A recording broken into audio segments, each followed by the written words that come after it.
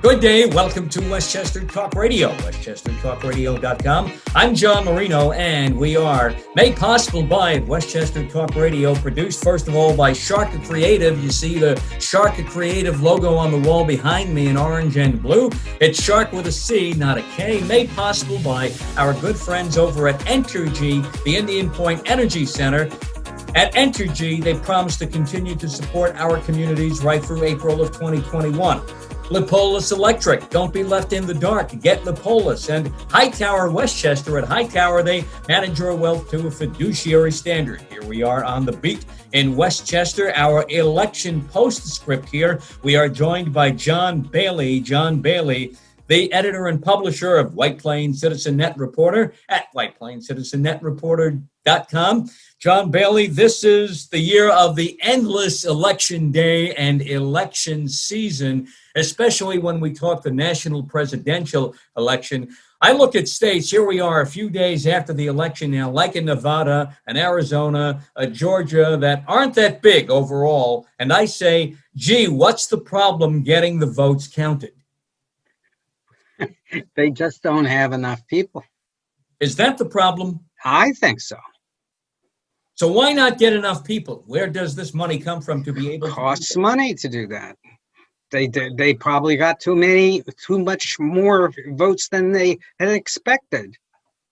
Than expected in a presidential race like this, where we saw early voting, how many people were coming out nationally? Don't you adjust on a local level after a certain point and say, hey, wait a second, we might get overwhelmed on election day?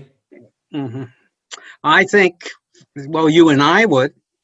Yeah. We're not politicians. We're not bureaucrats. That's right. We're used to making decisions every minute. Right. What we do with our time. Politicians like to delay decisions as soon as possible, as long as possible. That's their mindset. It's kind of like de Blasio in New York City laying off some city payments to different workers. He pushed it back once till now. He's pushing things back again. Is that the way of just how government works in so many different facets? Well, they make deals, and then the union gets upset, so they have to restructure the deal. Union cooperates, and the union gets something of what they want, and generally hold the pressure. I mean, you're talking about the school payment, right? Exactly. Yeah, right. Mm-hmm. Yeah, and where de Blasio says he saved money for the city, maybe today, but not in the long run. Then if you add interest to it too, I don't know. I mean, my bank wouldn't go for that, if you know what I mean. So, well, on the other hand, there is always the municipal bonding factor in taking care of debt problems or shortfalls. And in fact, this is what Westchester County should do with their deficit. They should just bond for it. Everybody makes a pile on the municipal bonds on Wall Street. They keep everybody happy, and they say, we fixed the budget, but they haven't made a decision as to how they're going to do that. All right, so now this is 3 days after the election. 3 days. Let's take that part one more time. 3, 2, and 1.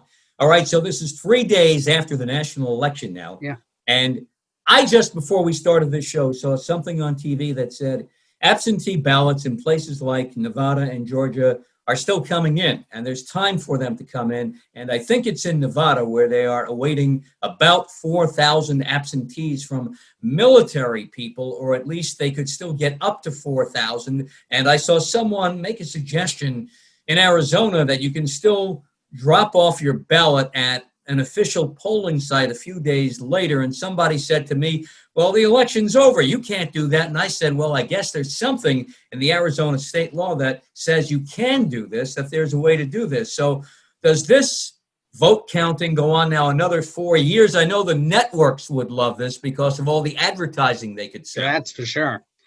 Well, it is interesting because all week long we've gotten things that were put out by the states saying, well, we should be completed by noon. Then it's completed by the evening. Then it's completed next day. And we're just not getting correct counts of the votes left to be counted. All of a sudden, they find more votes. This sounds like Illinois back in Mayor Daley's day, doesn't it? And Georgia just says, well, I guess it's so close, we got to recount now.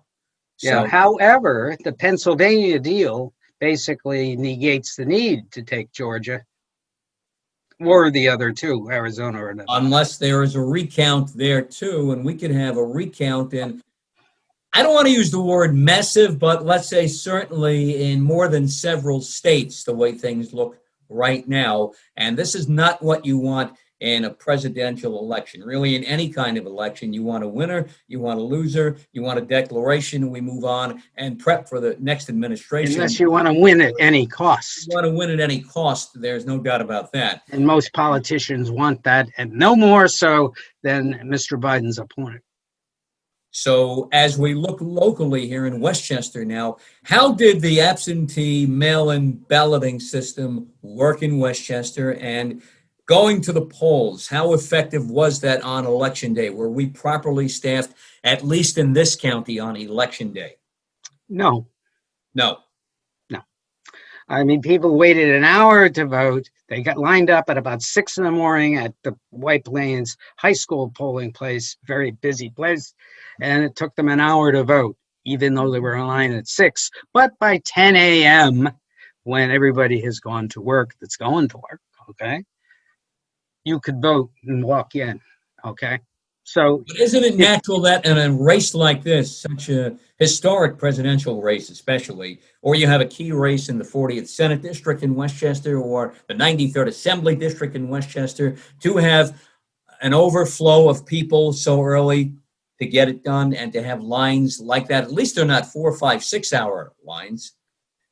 yes, the early voting was not well staffed. It was not well machined. Okay, at the Board of Elections in White Plains, New York, USA, the only polling place for White Plains during early voting, they had 7 machines, and people still waited an hour and a half and sometimes 3.5 hours to vote. My partner did better off because with the early voting in a locale like a White Plains, you can't do it all in just one place. Or could you, like they did? Maybe for next time they'll say, all right, we got to open at least 3 places. No. That's exactly what they have to do. And they have to have early voting open for more days. You can't open it 10 days before the election. You have to open it in, say, October the 1st. That would be a month. What about the argument that says a lot of people, especially in this presidential race, maybe not in New York, but a lot of places around the country, for example, many people waited until the last moment to decide. So if I cast my ballot October 21st and come November 2nd, day before Election Day, I'm changing my mind. What do I do? Now, I know in some states... Well, if you have to change your mind in this election, then you have no mind. Everybody knows if you are really for what Mr. Trump has done, you want him regardless. If you cannot stand what Mr. Trump has done, you are against him. Regardless. I mean, there is no middle ground here. That's why it's a 50-50 split right down the middle of the nation right now. Why do we see so much polling that seems to be off the mark? 2 elections in a row now, nationally with the presidential race. We saw... Because people lie. There you go. Or people... You don't want, if you're a really nice, beautiful, young suburban woman, you're not going to say, I love Trump. No. You're not going to do that. Or say guys like you and me, we work in this business. We'll talk about who we like, why we like them, etc. Whereas people who work in other lines of work may not be so open. And I get a lot of none of your business, John. It can be used against you. It can be used against you. I get a lot of not your business. Who are you voting for? Why? Tell me. Yeah. Not your business, John. Sorry, not going to tell you. Yes, but I mean, that's my opinion, is that people like to be asked, but I get a lot of telephone surveys, and the telephone surveys work better because people, don't know the person, right? But I get that's my opinion. They lie. Mm-hmm. It's popular to say I'm against so and so. You're going to say it. If you're living up in Peekskill and you're living up in Cortland, which is heavy Trump country, nobody's going to say they're voting for Biden. Right. That's not going to do it. The race for the state Senate seat, the 40th state Senate district, once held by Republican Terrence Murphy, defeated by Pete Harcum, who was once the majority head of the county board on the Democratic side in Westchester a couple of years ago. Pete Harcum running for re-election against one-time Westchester County executive Rob Astorino on his home turf, on Pete Harcum's home turf, from different parts of the state Senate district. And a few days later, it looks like Astorino has it, or does he, John? Well, that's where the absentee ballots come in. How soon are they going to be adjudicated, and how many are in that district? We do not know because they're not telling us. Mm-hmm. And why don't they tell us? I mean, isn't it good to have a number overall? Well, let's face it. If the deficit, I mean, right now, Harcum has a 3,000 vote lead, I recall. Correct? This seems to be going back and forth. At one point, Astorino led, and Harcum led, and Astorino led. Astorino once led by 7,000 votes. No. Yeah, yep. and now it's turned around. Okay, so the question is, how many absentee ballots are in that district? And where are they from in the district, and can we expect another turnaround at this point? Well, this is it.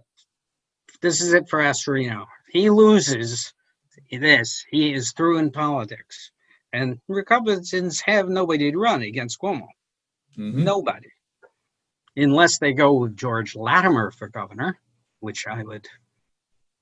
George wouldn't turn Republican, but you never know. He wouldn't want to be governor anymore. I would say you never know. You never know. And the job George Latimer has done during this pandemic, obviously, you might want to strike that column, that stupid statement. But I speak based on my conversations with public officials and others around the county. Democrat, Republican, they've talked about the way the county executive has jumped in and treated everybody like a Westchesterite and not a Democrat or a Republican. And in situations like this, you build your brand, obviously, and I think George Latimer has had an opportunity to do that. Other key races around Westchester, 93rd Assembly seat, the eastern part of the county from White Plains, jutting all the way up 684 to the Putnam and Fairfield County, Connecticut line. The state assemblyman, David Buchwald, ran for the nomination on the Democratic side for Anita Lowy's congressional seat. He lost that. It was expected he'd be a finalist for that. He's giving up the assembly seat, and the winner there seems to be Bedford Town Supervisor Chris Burdick. I use that word "seem," knowing that anything could happen still. Yes, although Burdick does seem to have a reasonably good lead, and he was he led it essentially wire to wire in the popular vote. Are there enough that as it may, to make it still for his opponent? Yes, he. But I think Burdick will probably prevail. Mm-hmm. On the other hand, you never know whether White Plains loves him. You know. Yeah, I mean, I agree with you, too. I don't think there's a way Chris Burdick can lose this race. And yet, until all the votes are counted, especially this year, it's like you can't check off the column until you have every tally in, and then nobody says, I want to recount.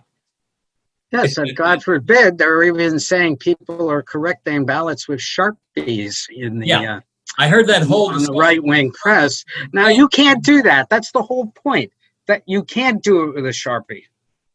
What about a hanging shed? You can't go over you can't cross out and then mark something else. That's because the machine kicks that out.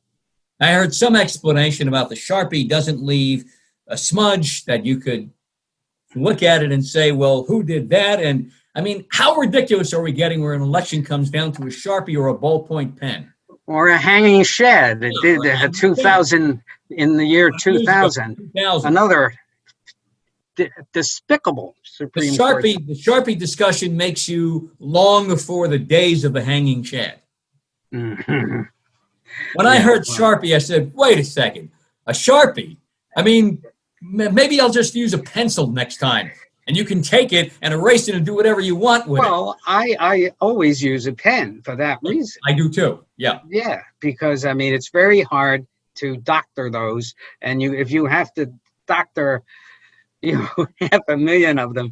It'll take forever to count. It'll take forever to do this. Yeah. So Yes. it's Well, just it may. We may not have a president before the Electoral January. College in early This December president. until the college meets, or maybe even beyond that at that point. Yes. We Well, don't. it depends on how these crazy lawsuits that are flying out of Washington, I have a feeling like that all the buzzards. down to I mean, lawsuits, and as things move through the courts, and what courts get to decide, how high up do courts get to decide, where do all these cases land eventually, and who's making those decisions? That's what you make a great point, because you can always appeal it up. You can always appeal, right? So and they then have to take their best case. To appeal again after that. So all of a sudden, the networks may have their 4-year dream.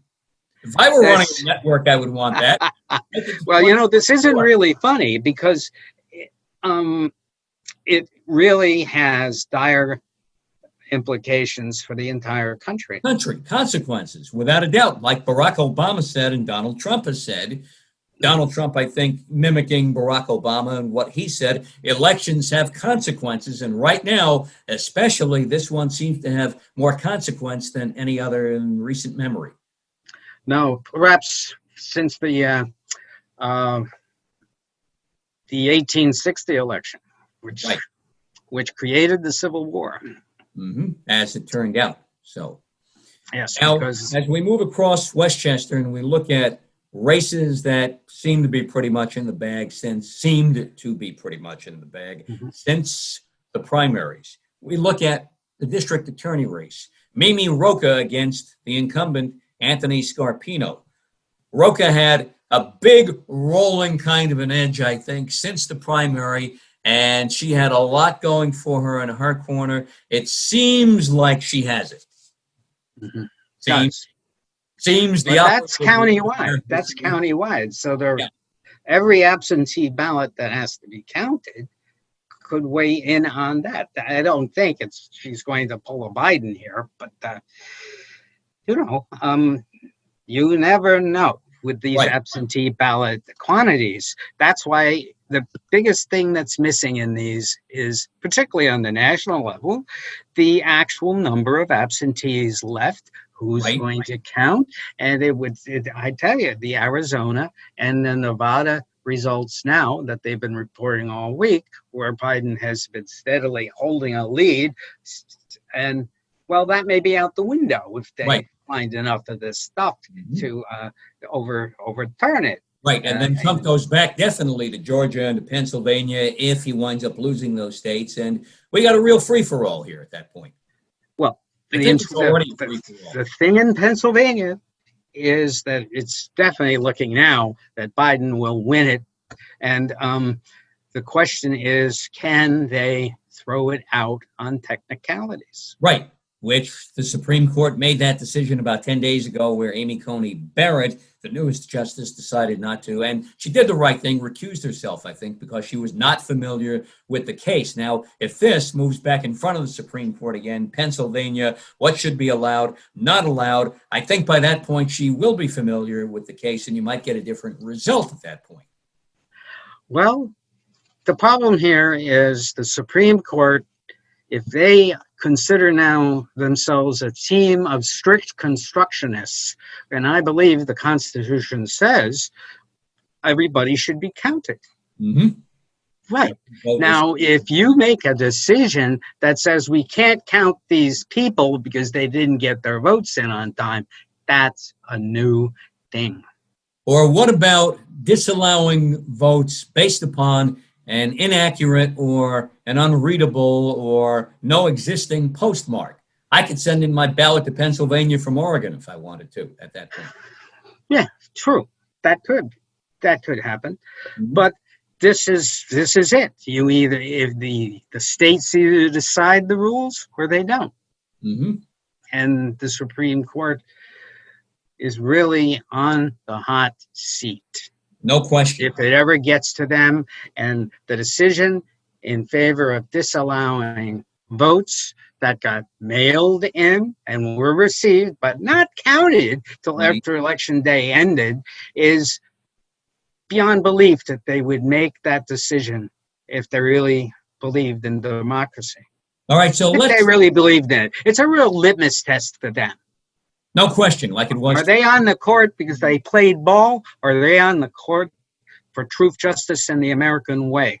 All right, so let's That's the talk about question. what constitutes a valid vote. For example, some say if you're mailing in a ballot, an absentee ballot, and the Board of Elections does not receive it by Election Day, well, too bad, you're out of luck. And yet, Right. you take the standpoint from, I'm deciding it's 8:59 p.m., my state, the polls close 9 p.m. It's taken me until now to decide who I'm voting for in any particular race. I want my vote counted. You have this absentee system, so I want my vote counted regardless of how you get it and when you get it. I decided now 1 minute before the legal cutoff point for a ballot as if I were going That's why they do the extensions, to avoid that problem. Do we need a On the other national hand, standard? Why should you? Why should you? But heck, if you have enough money and you owe the IRS enough money, they will give you extensions. Right. Okay. Exactly. The more money you owe, the more they extend you, because Do we need a Yes, they national do. standard, state by state, a national standard, one size fits all about how ballots can be accepted and tabulated? Because I think in this country, I know it's states' rights, but we have too much of a divergence, too many issues in this country based upon. But we always did. We always did. Right. We always did. But for a national Yes. standard for voting, where everybody falls into the same column so we don't get into situations like we're in today, could this be a history lesson one day for balloting and how it should be done? That everybody either gets their ballot in by Election Day, whether you show up in person to vote or get it in the mail, but by a certain time on Democracy is also a COVID victim here. Democracy is a COVID victim, because all this early voting and absentee ballots were put out by Governor Cuomo, particularly, and to avoid people getting infected by massively going to the polls. Now, I never got my absentee ballot for the general election, so I went and voted at my polling place. And I went, like you said, after 10 a.m., middle of the day. I pretty much got in and out, which was good. But we have to make sure that if we stick to this kind of a system, that everybody gets their absentee ballot, whether or not you use it or not. That's up to you. Mm-hmm. Also, I think truly if you're going to have early voting, you have to expand it. But if you are not, you could also decide to outlaw early voting and go back to the old way. Right. I think where you have to vote on Election Day. A different way if we do it the right way, which is still. I mean, that could be done. I mean, that's one of the things I bet you that Mr. President is going to do in the next 3 months, the last 3 months of his term. If it does indeed become the last, he's going to introduce legislation or executive orders or whatever to eliminate early voting, to eliminate ballots, absentee ballots, able to float past the Election Day, to eliminate them entirely. That's another thing you can do. You have to vote in person.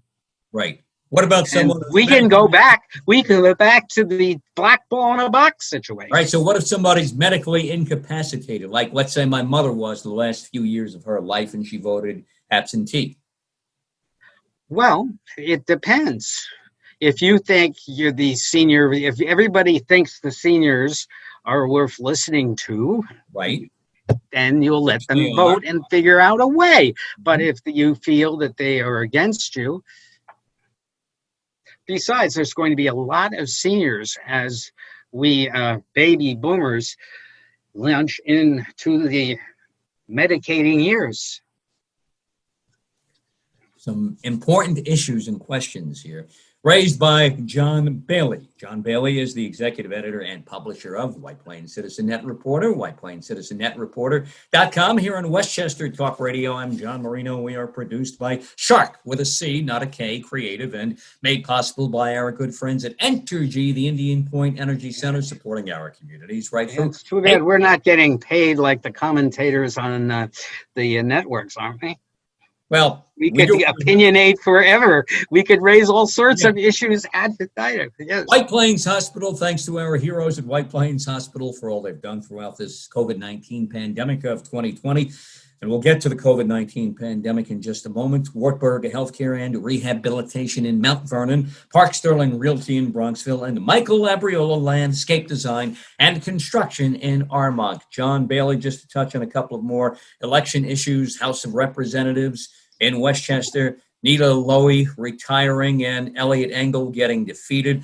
Nita Lowy, of course, her seat, the Democratic primary, we touched upon it when we talked about David Buchwald leaving his post, 93rd Assembly District. He ran. David Carlucci ran, state assemblyman also, too. David Carlucci. And Carlucci is gone. We wonder what he's going to be doing. Mm-hmm. And Mondaire Jones ran. He was an upstart considered to be, but Mondaire Jones bested the field, and Mondaire Jones looks like I've said about a number of races since primary day, seem to be a shoo-in, and Mondaire Jones will take over now from Nita Lowy, definitely an historic accomplishment for Mondaire Jones, and our congratulations to him. Yes, it is. However, he is going to be basically a person in the House of Representatives with no power.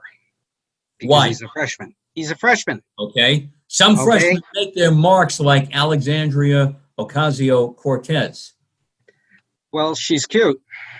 Okay. Gets a lot of press because that she's very photogenic. She says interesting, controversial stuff. And she sort of toned that rhetoric down a little, but she is a strong person. She makes things happen. There's no doubt about that. I think she personally stopped Amazon from coming to Queens, to Astoria. Well, that was the result of her inexperience. She took a position that would popularize her with her constituents, but perhaps was not smart enough in the long run. And yet it worked. And isn't that what politics is about? Does it That's work? right. It's short-term success for me and ignoring the long-term public good. We could use Amazon right now. In fact, there's a rumor. Jones has an issue that he feels strongly and passionately about, and he knows how to make his case and have an impact as a freshman. Well, the jury is out. We'll see what happens. All right. Remember, Nita Lowy ran the House Appropriations Committee, one of the most powerful positions in Congress. We lost her because of that, and we had no one as backup to take over her in that position. Do we? No, and by the way, our congratulations to Nita Lowy, too. I know Nita since she first ran for office, late 80s, when I was over at WFAS in White Plains. I remember when she came in to record a commercial, I believe, first time she came for an interview. I remember meeting her specifically, time one, back there in the late 80s, and I followed her career very closely, and what a great job she's done, and we are no doubt going to miss her. Mondaire Jones, though, we know is going to try to make his own mark. You can't be, and I think he understands you can't be Nita Lowy. You got to be Mondaire Jones. And that's what I think every public official has to realize. You can't be the person you might be succeeding if that person happens to be from the same party as you. You have to be you and make your own mark. And Jamal Bowman, same thing for him, taking over now. He defeated Elliot Engel in a surprise run for Congress. He wins it here in the general election pretty easily, and he's got to make his own mark, too. He has that educational background working in the school system in New York City. Yeah, but no, Elliot Engel defeated himself because of a careless mouth. Do you think remark killed him? That much of a difference? I think he was careening downhill already by that point. No, but I mean, he did say it. He said you can never open your mouth ad lib as a politician. It is very dangerous. You know, and I know, we talk on the radio. We sometimes say things ad lib that we truly regret. And but congressmen and senators, officials everywhere can't do that. That's why they're really reluctant to talk to the press. Mm-hmm. Right. We do have to work to get a comment from people sometimes. Oh, work. They won't even call you back if you're good, you know. No. And then you have to, I hate to say, if you're good, they never call you back because they know you have to face a hard question. Call 4 or 5 times or more until you get what you want. No, I call them once. They don't call back. Adios, amigo. I'll keep calling. Like I tell people, they may take my call only because of me calling again and say, let's get rid of that pest. Give him to me. This way he doesn't call again. So, but. Right. I mean, you call with a perfectly innocent question, like saying, we understand there's a rumor out that Amazon is going to take over the Westchester Broadway Theatre. Okay. Mm-hmm. Right. That's the rumor. And I asked the County Department of Communications, is this true or is this just whistling biscuit? What do you know? And the word is what? Never call me back. When they don't call you back with even a denial, that leads me to suspicion that the rumor is true. Now, you touched upon something we wanted to get to, obviously, the Westchester Broadway Theatre, not there anymore after so many years in Elmsford, a victim of COVID. And talk about that situation there with Amazon. Well, at this point, that was about 3 weeks ago, they dropped this bomb that they were closing abruptly, and they have done that. No shows, nothing, and they've worked out a deal with the Westchester Plains Performing Arts Center to offer gratuity tickets to tickets that have not been refunded. Now they are not refunding the tickets for the big group performances, et cetera, because as part of ticket sales, you have to sign. You accept them with the no refunds proviso. No refunds. Mm-hmm. Now, to my way of thinking, this is really gross because they should refund it. They should. I mean, you're not putting on the show. It was your decision to close, and now you're keeping whatever you got. Yeah. Keeping what you got. COVID in Westchester, cases seemingly on the rise a bit again. Where do we stand with that? Not good. The latest numbers over the last 7 days indicate a 2.1% infection rate in Westchester County. That is over the limit. And for the county. Now, so far, the region hasn't shut down. Yeah. Might we get shut down again? Yes, they haven't shut down the region yet, but Portchester today has been designated a yellow center for COVID. They got 119 new infections yesterday and 96 the day before, and this is just not good for poor Portchester. No, that's not a big area too, Portchester. So to have those kind of numbers, maybe. And Yonkers is up. They're at 309. New Rochelle is up. I'm doing this from memory of the chart, but that chart is very misleading that they put out because you only see what they've got right now. You don't see a trend chart.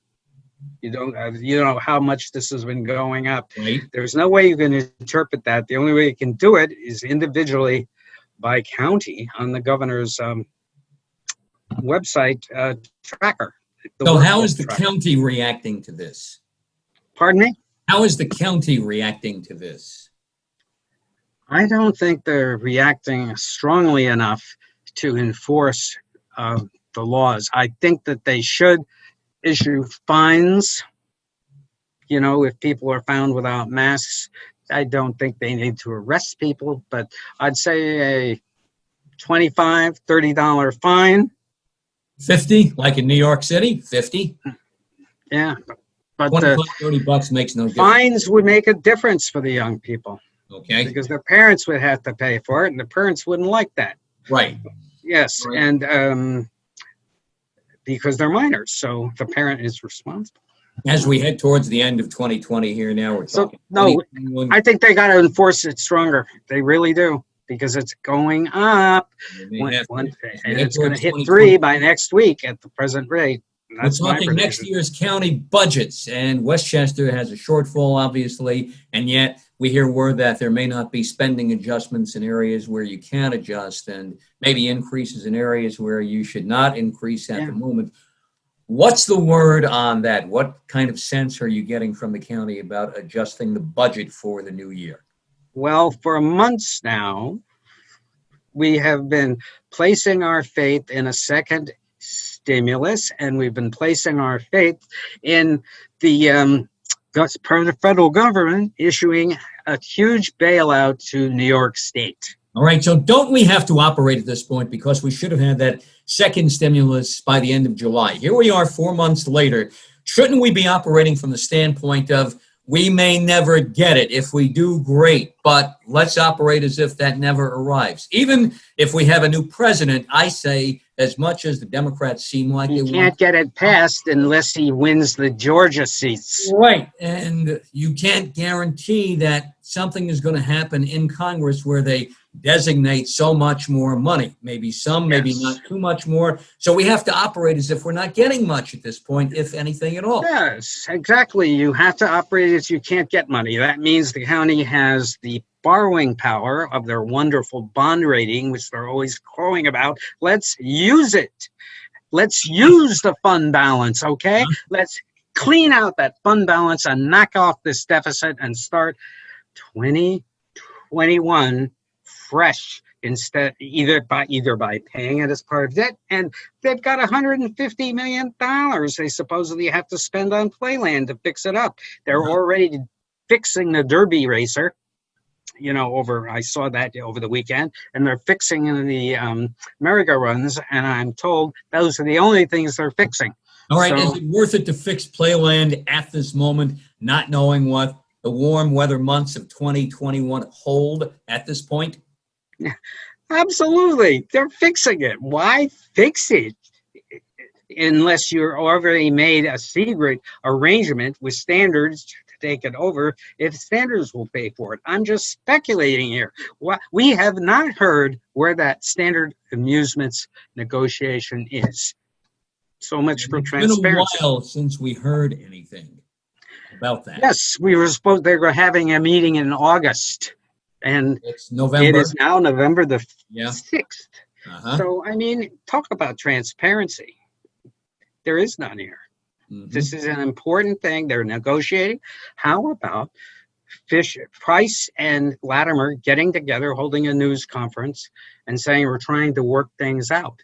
And then the jackals of the press would get off their heels on this. Could it be that the county has COVID and other things to deal with? Oh, the poor dears. They've had COVID for months, and they have downplayed it, and they're saying they're controlling it. Well, right now, they're not. They have had, I think, now 7 straight weeks of whooshing up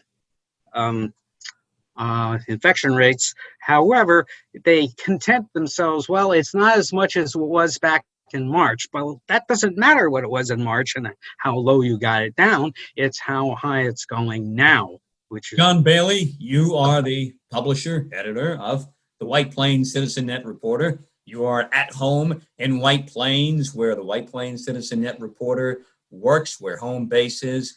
In the city of White Plains, a couple of controversial developmental issues, one on Broadway, one on Gedney Way. And oh, by the way, the one on Gedney Way has been going for, 11 years now? Yes, year 11. Year 11, and counting. Year 11. That is the greatest problem White Plains faces. It's like the endless election cycle. Yes. Well, as I say, it's the hearing that never ends, Right. But we got 52 North Broadway, and they're going to have a big meeting on November the 18th about that, which is supposedly going to be in the White Plains Performing Arts Center and socially distanced.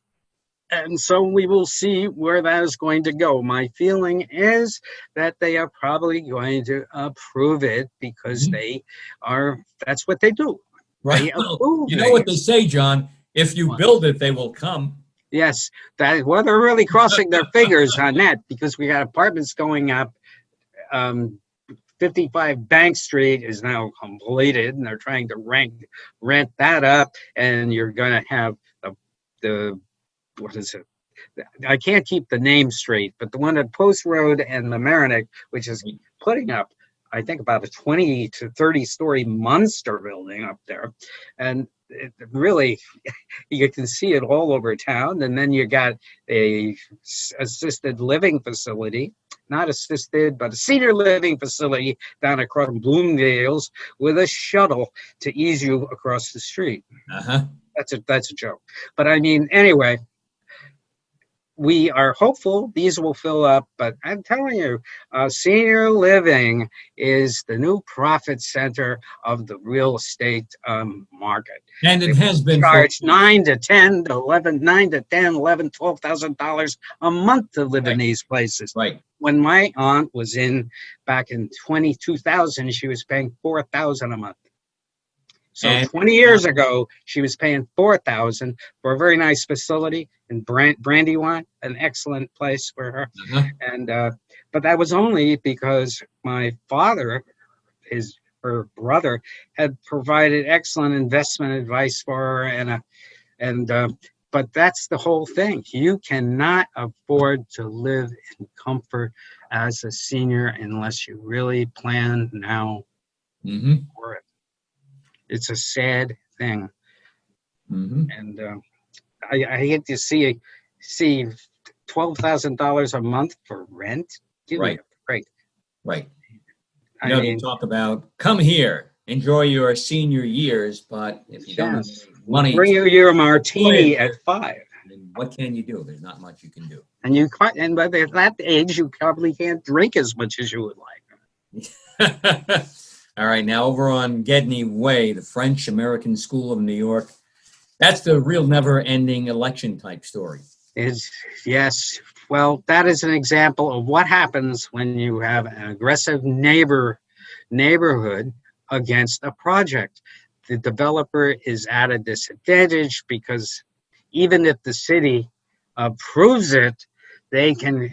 If the city does not cross their T's and dot their I's instead of dotting their T's and crossing their I's, they can be sued. And that is what the Gedney Association has done to them. And they have pro bonoed a suit all the way up to the Brooklyn Appellate Court, which agreed to hear it. Okay, so why is there so much opposition on the part of the Gedney Association? Well, they didn't want the big school there. They cut down the size of it, and they didn't even want that. And now the school they also didn't fund it. The school didn't have the money. They couldn't get the money to start funding the building. And now it's a dead issue. I don't think it's ever going to be built. They have to sell the property, but they can't as long as litigation exists. And we may not know the final result, like the election for Gedney Way, Vassny, the French-American School of New York. Vassny will always be with us. A year and a half or so, right, is when it finally appears on the court. It takes a long time because, remember, John, the courts are so backed up because of this COVID thing that it's being pushed out. So your best bet to avoid doing time is to appeal. Or whatever it is. Appeal and you never go to jail, right? You're always free on appeal. This case may go on until after you and I have departed this earth, the way things are going at this point.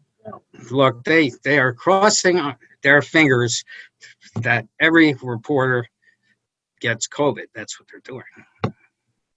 John Bailey, White Plains CitizenNet Reporter, WhitePlainsCitizenNetReporter.com, publisher, editor. John Bailey, always a pleasure to talk to you. Your insight is second to none.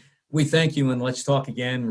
I appreciate that, but I just like to look out. I see what I see, and a lot of people do not see when the emperor has no clothes.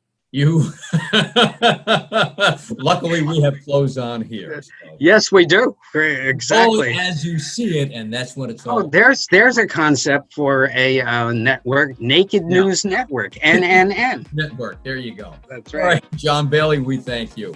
White Plains, My pleasure. Executive Editor, everyone. Publisher, and John Bailey, White Plains CitizenNet Reporter.com. I'm John Marino, and we are Westchester Talk Radio, WestchesterTalkRadio.com, on the beat in Westchester. Produced by Sharc Creative. See the Sharc logo behind me in orange and blue. That's Sharc with a C, not a K. And we are made possible by our good friends over at Entergy, the Indian Point Energy Center, supporting our communities right through April of 2021.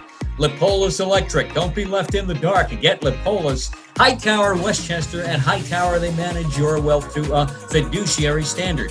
White Plains Hospital, thank you to our heroes at White Plains Hospital for all they've done on the front lines throughout the COVID-19 pandemic of 2020, which unfortunately seems like it's going to bleed over into 2021 at this point.